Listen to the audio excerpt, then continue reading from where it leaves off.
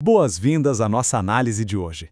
E olha, logo de cara o nosso foco aqui vai mudar radicalmente. É super comum olharmos para o gelato e enxergarmos só uma sobremesa simples, né? Aquele doce gelado perfeito para dar um alívio no calor do verão. Mas o objetivo hoje é transformar completamente essa percepção e entender essa maravilha como uma arte culinária super complexa e, acima de tudo, científica. O que rola nos bastidores para criar aquela textura perfeita envolve química rigorosa, física aplicada e literalmente milênios de testes e evolução. Vamos lá? Então, o nosso roteiro de hoje vai ser o seguinte. Primeiro, a história do gelado. Depois, a ciência do congelamento. Em terceiro, as matérias-primas e ingredientes. No quarto ponto, a famosa disputa entre artesanal e industrial. E para fechar, o processo de produção. Dando aquele tom mais científico logo no início, o gelato é classificado na química como uma suspensão heterogênea. Parece um nome complicado, mas é basicamente uma mistura extremamente meticulosa onde gorduras, bolhas de ar e cristais de gelo ficam ali, magicamente suspensos. E é absolutamente crucial entender que sem essa suspensão exata e sem a presença vital do açúcar para evitar o congelamento a 0 graus Celsius, o resultado não seria nada cremoso. Seria, na verdade, só um bloco de gelo sólido, duro a ponto de quebrar a colher.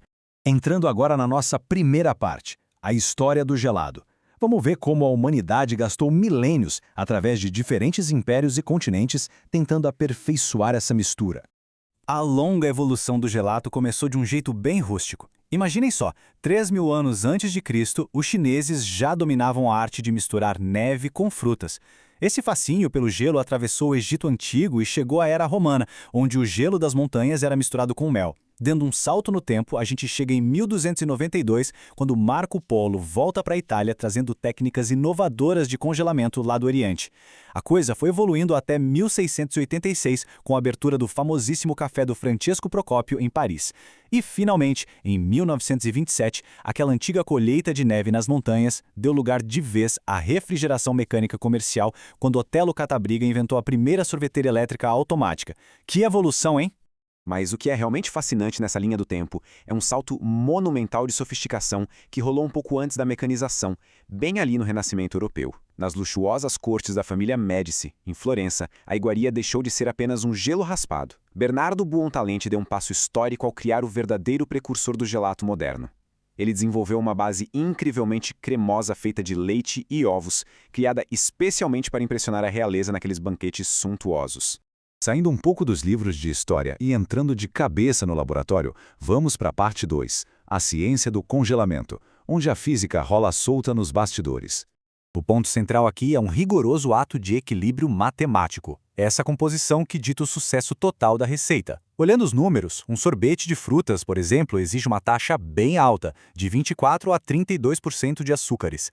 Isso é para não empedrar, compensando a falta quase total de gordura. Já o gelato à base de leite e chocolate precisa de 5% a 12% de gorduras, o que já permite reduzir um pouco os açúcares. O grande detalhe é que cada centésimo de grama é calculado milimetricamente, porque qualquer alteração afeta direto o ponto de congelamento da mistura. É uma engenharia fina. E para alcançar esses percentuais super calibrados do balanceamento, precisamos entender a fundo os blocos de construção na parte 3, matérias-primas e ingredientes. A verdadeira espinha dorsal de um gelato à base de leite atende por essa sigla aí, SNGL, os sólidos não gordurosos do leite. É uma combinação essencial de lactose, proteínas e minerais. E o controle dessa variável físico-química é vital. Se tiver lactose sobrando na receita, a textura fica arenosa, dando aquela sensação super estranha de areia na boca. Por outro lado, as proteínas do leite na medida certinha são as grandes heroínas da história, porque garantem a estabilização perfeita e ajudam a incorporar o ar na calda. Aqui vai um fato absolutamente surpreendente sobre essa composição padrão. Sabiam que a maior parte de um gelado incrivelmente cremoso é, na verdade, água? Pois é, cerca de 60%. Manter essa água rigorosamente sob controle geralmente é ali entre 58% e 68% do total, amparada por mais ou menos 20% de açúcares, além de fatias de 10% de gorduras e sólidos não gordurosos. Bom, esse é o verdadeiro segredo de ouro para garantir aquela consistência aveludada maravilhosa. Com os ingredientes na mesa, vamos explorar a grande batalha do mercado moderno na parte 4, artesanal versus industrial.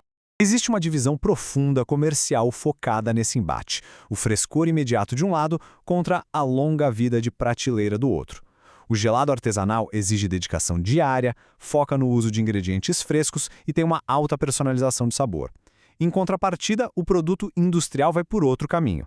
Pensando em escala global e numa durabilidade extrema nos supermercados, ele acaba sacrificando as características originais, adotando um longo tempo de conservação e abusando de estabilizantes químicos bem pesados. E além dos estabilizantes, temos esse percentual de imensa importância, 25 a 30%. Na indústria sorveteira, o nome disso é overrun. Basicamente, é a porcentagem exata de ar que é injetada mecanicamente na mistura. No verdadeiro gelado artesanal, esse número é mantido de propósito lá embaixo. Para se ter uma ideia, algumas opções industriais de larga escala chegam a ter mais ar do que ingredientes reais dentro do pote. Já a margem estreita no artesanal cria uma sensação na boca que é notavelmente mais densa, rica e intensa. Faz toda a diferença. Chegando à nossa reta final, vamos para a parte 5, o processo de produção. O passo a passo que transforma essa mistura no gelado perfeito e seguro. Essas etapas super controladas comprovam que fazer gelato é aplicar termodinâmica pura. O passo 1, a pasteurização, garante a segurança alimentar, aquecendo a calda a 85 graus e derrubando a temperatura bruscamente para 4 graus Celsius. O passo 2, a maturação, costuma ser subestimado, mas é onde a mágica química rola de verdade. Descansar a mistura por várias horas permite que os sólidos se hidratem da forma ideal. E por fim, o passo 3 dá um choque térmico sob uma agitação vigorosa, evitando a formação daqueles cristais de gelo perceptíveis e solidificando de vez a obra-prima. A ciência não para quando a máquina é desligada. O controle do ambiente precisa continuar absoluto. O armazenamento a longo prazo exige freezers operando a menos de 20 graus negativos. Contudo, na hora de vender e consumir, as regras mudam drasticamente. O doce tem que repousar nas vitrines estritamente entre 13 e 15 graus negativos. Sabe por quê? Servir um gelato frio demais anestesia as nossas papilas gustativas, mascara toda a complexidade construída no sabor e simplesmente destrói aquela experiência sensorial toda planejada. E para quem é verdadeiramente apaixonado por gastronomia, a celebração máxima desse ofício acontece quando essas simples porções químicas redondinhas são elevadas a taças lendárias. É a arte empratada. Seja na elegância complexa de uma pera bella Helena, na perfeita e audaciosa harmonia de temperaturas de um affogato ao capés expresso, ou mesmo na deliciosa fartura de uma icônica banana split. É de dar água na boca, com certeza. Para concluir a nossa análise de hoje, vale muito a pena ponderar, sabendo de toda a ciência exata e da história milenar necessárias para evitar que essa mistura vire só um bloco de gelo, será que a próxima bola de gelato vai ter o mesmo gosto simples de antes? Entender as engrenagens ocultas muda totalmente a nossa perspectiva. Compreender esses milhares de anos de testes, a influência das cortes renascentistas, a química por trás do ponto de congelamento e o controle rigoroso da hidratação altera e eleva permanentemente a nossa experiência. Na próxima oportunidade de saborear um gelato artesanal, não tem como esquecer, tem muita ciência e muita história brilhante contidas ali, em cada colherada.